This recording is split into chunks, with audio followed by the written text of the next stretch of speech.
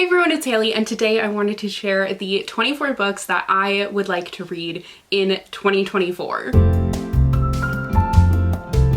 So this definitely seems like a really weird time to be doing this video because it is in fact like almost 3 months into the year, but because I didn't do Bookmas, I didn't get the chance to really talk about my 2024 TBR or anything. I kind of talked about my reading goals, but I didn't talk about like specific books that I would like to read. So I thought this would be a kind of fun little video to do. So I just kind of went to my shelves and was like looking at things that I've had for a while or are just kind of sticking out to me, and we really have a big mix of books here, honestly. So that being said, let's just dive in. This is going to be in no particular order, but first here I have The Charm Offensive by Alison Cochrane. I've actually included this in a TBR this year already, and I just would love to get to it, honestly. I have heard nothing but amazing things about it. It is a male-male romance, and it's like set on this TV set with this dating show, and it's the producer and then I think the main, not contestant, but you know what I mean, like the star, I guess, of that dating show, I'm pretty sure. Honestly, it was one of the books that I just didn't need to really know a lot about it. I just knew I had heard amazing things about this romance, so it definitely climbed up on my TBR, and I obviously, since I've already included it on a TBR this year, would love to get to it very soon. Next is actually another romance. I promise these aren't all romances, but this one is a YA contemporary romance, and it is The Henna Wars by Adiba Jaigiridar, another book that you definitely have heard me speak about a lot and have included on many a TBR. It is a female-female romance actually between the two main characters who have rival henna businesses, so it's like an enemies to lovers sort of thing. Sounds adorable, and I've just heard incredible things about it. Next is The Weight of Blood by Tiffany D. Jackson. I believe that this is the latest book by Tiffany D. Jackson, but it's definitely the most recent one that I haven't read yet. I have one other, I think, of hers on my TBR, Grown, I have still that I need to read, but I have just really enjoyed all the Tiffany D. Jackson books that I have read thus far, so I am excited to read something new. This seems like kind of more of a Carrie vibe. She usually writes like thrillers and horror sort of stories, so that's what I'm expecting here, but she does such a good job of it, honestly, that I just can't wait for another like twisty turny book. Next is The First Bright Thing by J.R. Dawson. I picked this up last summer because I'm just such a sucker for circus stories. Like, the idea of it always has appealed to me, which would make you think that I like the night circus, but honestly I wasn't really a fan of it, but that is besides the point. This is about a circus of like misfits, and there's kind of some magic involved here, I believe. It just sounded right up my alley, and I was super excited when I did pick it up, so I feel like it's finally time for me to read it. Next is Station 11 by Emily St. John Mandel. I'm sure you've heard of this book before, probably. It is a dystopian story, and it got very popular, I feel like probably around when it first came out, but it's actually by a Canadian author, which is really cool, and it's kind of like a survivalist sort of thing. It doesn't seem like my general vibe, but I've just heard such amazing things about it that I feel like I need to know what everyone is talking about. Next is The Underground Railroad by Colson Whitehead. Similarly, this is a very popular book. It's been out for a little bit now. I can't actually remember when it came out, but I have just been so intrigued by the idea of this one. It's a historical fiction, but it's like reimagining the Underground Railroad as like an actual railroad. It just seems so fascinating, and there are a couple other books by this author that I have on my TBR, so I'd like to read this one so then I can get to the newer ones. I still have not read Rule of Wolves by Leigh Bardugo. I actually have a couple of sequels on here that it's just shocking that I haven't read yet, but this is the sequel to King of Scars, which came out so many years ago now, honestly, and I read it and really enjoyed it. It is the Grishaverse, but it's focusing on Nikolai, and he is like my favorite character, so I was really excited that he's getting his own duology. I think it's a duology at least, and I really ended up enjoying King of Scars, so I don't know why it has taken me so long to get to this one. I feel like just because it's so big, and I don't generally really like bigger books. I prefer shorter shorter books because my attention span is only made for shorter books, but I feel like listening to the audiobook, I would definitely be able to get into this one. But since it's a series that I love and like characters that I love, I've just been waiting for the perfect time, but there really is no perfect time. I just need to read it. Next is another book that I've actually included on a TBR already this year, and that is Such a Fun Age by Hailey.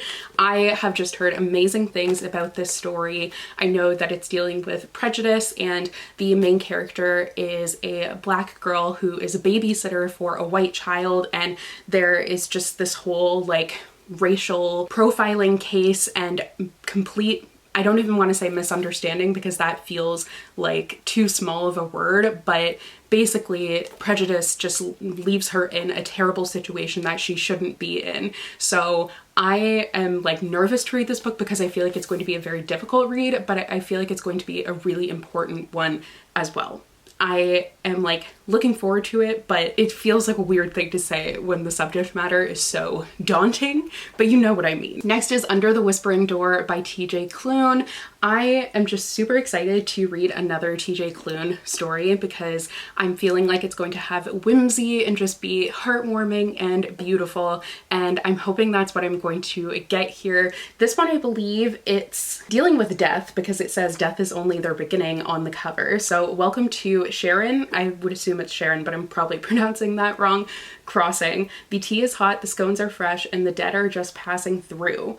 So it's like this house where people pass through. I don't know, that seems really intriguing. Basically, just because it's a TJ Klune, I was like, yes, I would like to read this very soon. Next is Crazy Rich Asians by Kevin Kwan. Of course, this is such a well-known and popular book, even like outside of the bookternet. This is one of the rare books that, you know, at least it's not really rare now, but what I mean is like it's an OG kind of viral book, if you will. And there's a movie adaptation. I have seen it, but I honestly don't remember it because I'm not a big movie person, but I would love to read the book because I've been getting so into adult romances. I feel like I should read one of like the OG adult romances. On a different note, we have 50 Words for Rain by h.leblanc. The concept of this book just sounded so beautiful, and honestly, the title of it also, I just thought it sounded like beautiful. I don't know what it is. But this is a book that is set in Japan, and it is following a young girl in post-World War II Japan, and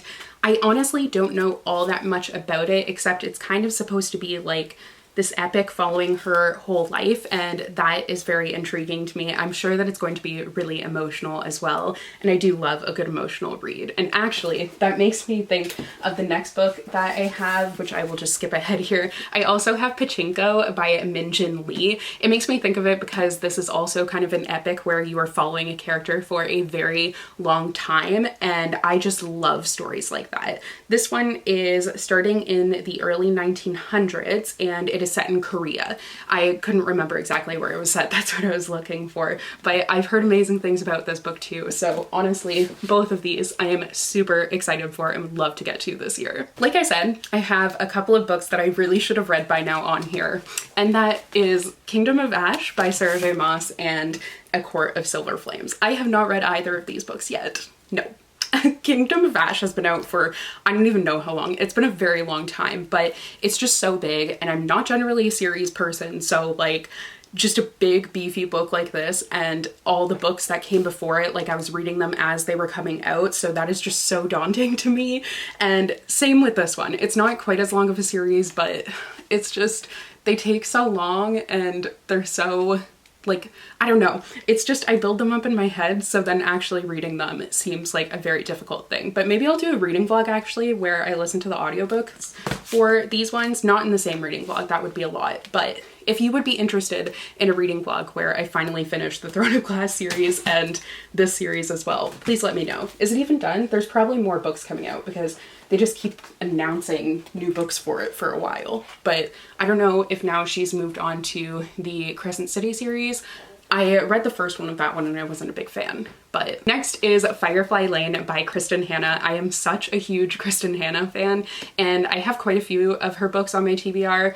I have 3 right now, I believe, but I'm always just so hesitant to finally crack them open because her books that I've read already have just all blown me away so much and became like instant favorites for me that I'm just scared to read anything else. I don't want to be let down, like I don't want to be disappointed. So I'm trying to like go into them with an open mind and not have these huge expectations, but it's so hard when she is just such a talented and amazing author. So Firefly Lane is a Netflix series as well, which I haven't watched the adaptation yet, but it is set in 1974. And honestly, I don't really know all that much about it except that it was one of her more popular reads, which is why I picked it up. But consider this also speaking for The Winter Garden, which maybe I'll pick up next actually, because I'm kind of in between books right now. Like, it's ironic that I'm doing this video now because I haven't been in a huge reading mood because of struggles with my medication, but we're kind of figuring them out now, which is good.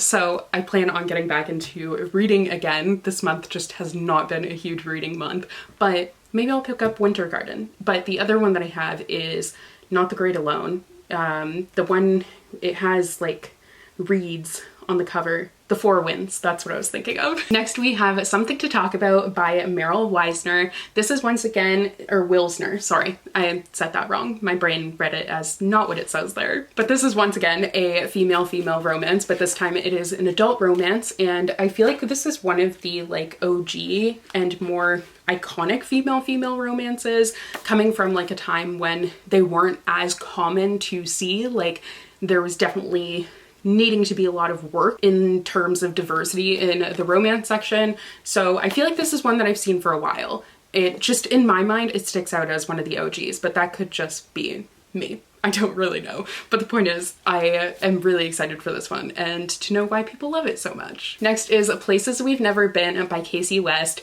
Casey West books are always just like such quick and easy reads for me. I just fly through them, and I do tend to either love them or hate them, but either way, like, they're just quick and they're fun and they're the perfect, just sweet YA read. So this is the latest of hers. I'm not sure if she has anything out since this one. I believe it came out last year, so she might have something coming out soon, but I have had this one for around a year now, so I think it is time. I haven't read any of her books in a long time, actually. Next is The 13th Tale by Diane Setterfield. This seems like such an interesting concept, kind of makes me think of Evelyn Hugo, and it's once again one that I've included on a ton of TBRs now. It's basically this author, I don't know if she's a mystery author, but she has had like this really enchanting collection of stories that she's written, and there's a lot of mystery surrounding her, and this is kind of like delving into that. Next is another really popular book, and that is Next Year in Havana by Chanel Clayton. There's actually quite a few books by this author. I think that this one might be the most popular one, but I can't remember. I'm pretty sure that this was the most popular one, but it is a historical fiction. I am such a huge fan of historical fiction, and I haven't read any like this. Like, this one is after the death of her beloved grandmother, a Cuban-American woman travels to Havana where she discovers the roots of her identity and unearths a family hidden, nope, read that wrong, a family secret hidden since the revolution. And I think it's like back and forth, I assume, between Havana in, is it Havana or Havana? I'm sorry, but between there in 1958 and Miami in 2017. And I just love back and forth stories where you're getting like a well-rounded look at everything, so I'm looking forward to this one. Next is The Bandit Queens by Parini Shroff. This came out, I think, at the beginning of 2023, and everyone at my work was talking about it, so I got myself a copy, and then I just kind of like lost track of time and the hype for it and never ended up actually getting to read it. But it sounds really good. I know so many people at my work were really interested in it, and that has made me very interested in it. I honestly don't even remember what it's about. She didn't kill her husband, but why not let everyone believe she did? Intriguing. Next is Princess of Souls by Alexandra Christo. This is by the author of what was it called? Kingdom of something. Kingdom, there's so many books with kingdom. To Kill a Kingdom. That was a mermaidy story, and I did really like that one when I read it. But now this one, I believe, is a Rapunzel retelling. I could be wrong. I'm pretty sure it's a retelling of something. And just having enjoyed her first book so much, I'm looking forward to this one as well. I feel like I've said that a million times, but like I said, it's, you know, there are only so many words that I know, okay? I actually probably know a lot more words than I've used to like transition between books, but it's just in the moment. I forget all of them. Next is Babel by R.F. Kuang.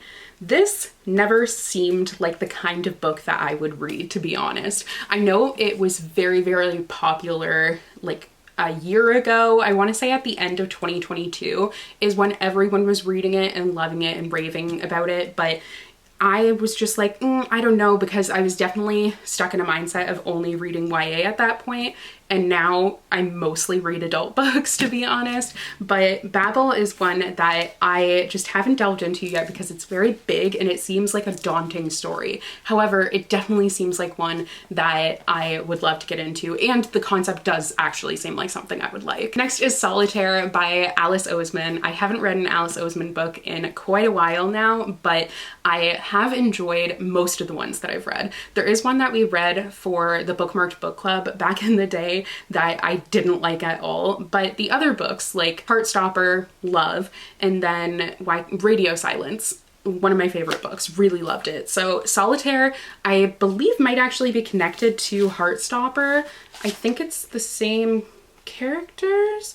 I don't actually know. Oh yeah, it is. Okay, so it's following Charlie's sister. So that's awesome. But yeah, I don't know anything else about it apart from that, but I definitely would love to read more Alice Oseman. And finally is Honey Girl by Morgan Rogers. I've had this book for so long. Once again, it's been on so many TBRs, heard amazing things about it, and just haven't gotten to it, and I really need to change that. So those are all 24 of the books that I would like to read in 2024.